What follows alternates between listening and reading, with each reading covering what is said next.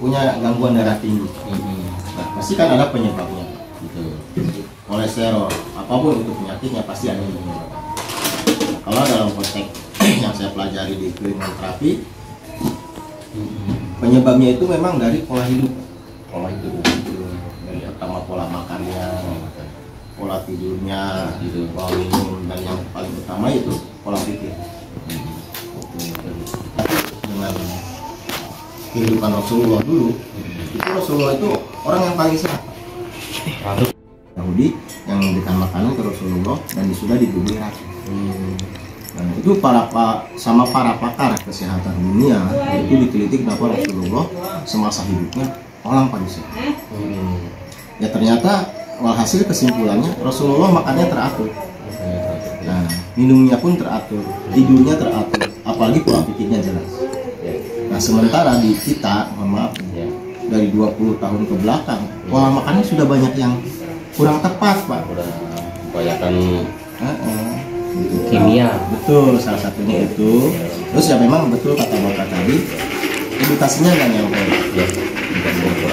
Nah, kadang-kadang misalkan ketika seseorang sakit, atau Bapak pernah antar orang sakit, terus ketika berobat dari pihak medisnya, tolong perbaiki makannya.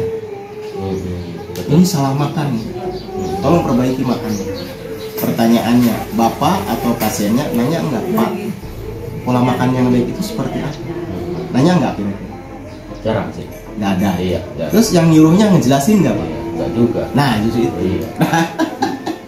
Dianggap sesuatu yang mungkin semua orang udah tahu kali gitu ya. Perkiraannya akhirnya gitu. pola makan yang baik itu nggak boleh makan pedas, nggak boleh makan asem, nggak boleh makan gorengan, nggak boleh makan Iya. mendapatkan kesehatan yang optimal. Ya tadi di 4 pola itu salah satunya itu pola makan, terutama jamnya, Pak. Jam makan itu kan ada makan pagi, makan siang, makan malam. Nah itu harus teratur, Pak. Terus ada takarannya, ada jenisnya yang memang harus diubah.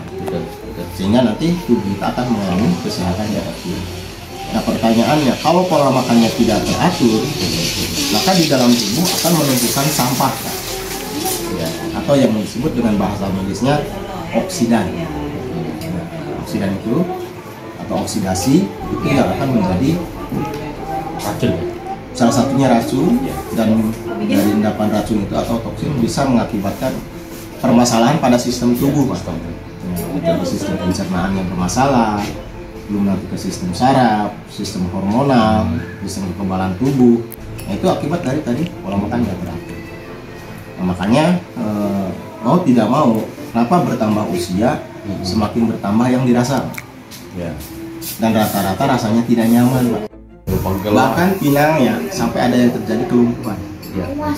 Ya, gitu. Nah, penyebabnya dari tadi pola hidup tidak teratur, mengakibatkan gangguan pada sistem tubuh, sehingga mengakibatkan gangguan organ tubuh, sehingga timbullah rasa tidak nyaman tadi. Ya. Kalau dalam bahasa medis, ya ada penyakit diabetes, ada penyakit kolesterol, tensi, Asam dan sebagainya. Tapi pada kenyataannya apapun itu jenis penyakitnya, yang jelas dirasakan tidak nyaman, Pak.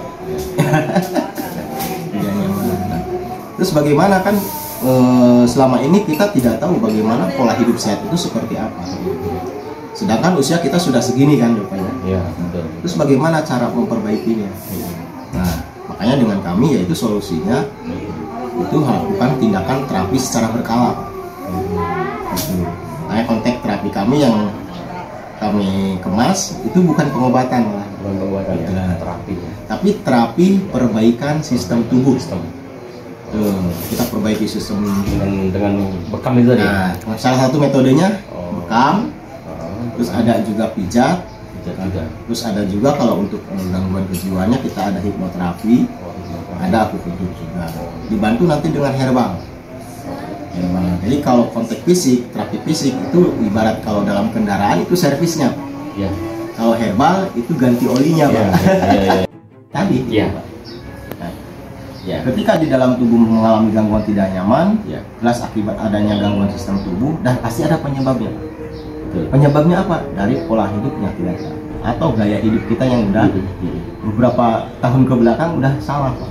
Contoh, kalau misalkan saya Pak bandingkan tubuh kita dengan kondisi kendaraan, itu nggak jauh Pak sebenarnya.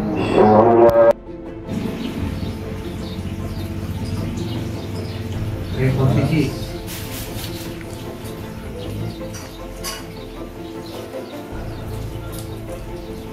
Sakit nggak? Kalau sakit bilang sakit bilang. Dengkul sakit. Di sini. Tidak. Ya. Lihat lagi. Sampai Kalau nggak di YouTube terakhir kayak begini. Ini sebentar iba aja, ada YouTube aja. Maaf, ini ada dalam? Enggak. Oke. Sampai Pak ya. Tarik nafas. Keluarin. Tarik nafas lagi. Keluarin.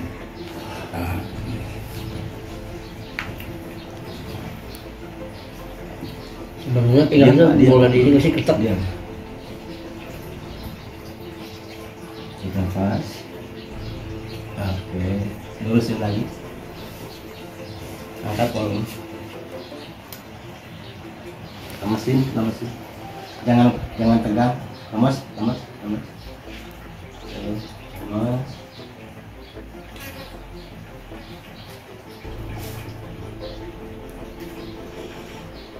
Balikin.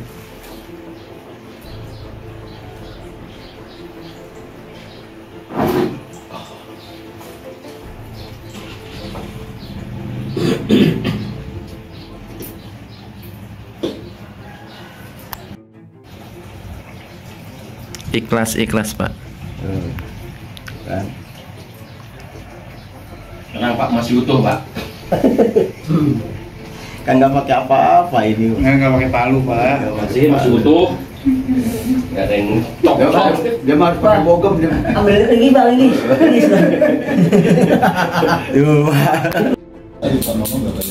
Itu banyak banget dia. Makanya makannya tuh jangan ini kebanyakan makan lu Ham.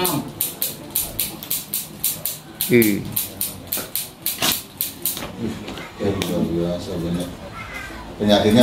Aja sih mau Ya, polisi. logikanya kan kita papasan dengan angin nih. Pori-pori telapak tangan kan kebuka. Iya. Nah, lama-lama masuk. Ya ini kasih Ini ya. Itu kalau tangan pasir. Iya, kalau parah pasir. Mutiara. Saya juga nggak pasang tangan ya. Saya buat bangun rumah pasirnya. Sebenarnya mutiara. Ada mau bilang. Ini masih ada bercak. Kalau nggak di pop lagi, itu nanti di kulit itu terus keluar Pak. Nah, terus logikanya kan setelah bekam nggak boleh mandi ya Pak ya. Nah, terus kalau misalkan masih ada bercak, datang waktu sholat kayak gini kan bisa aja najisnya kena gitu Pak. Ya, kena batal. Iya.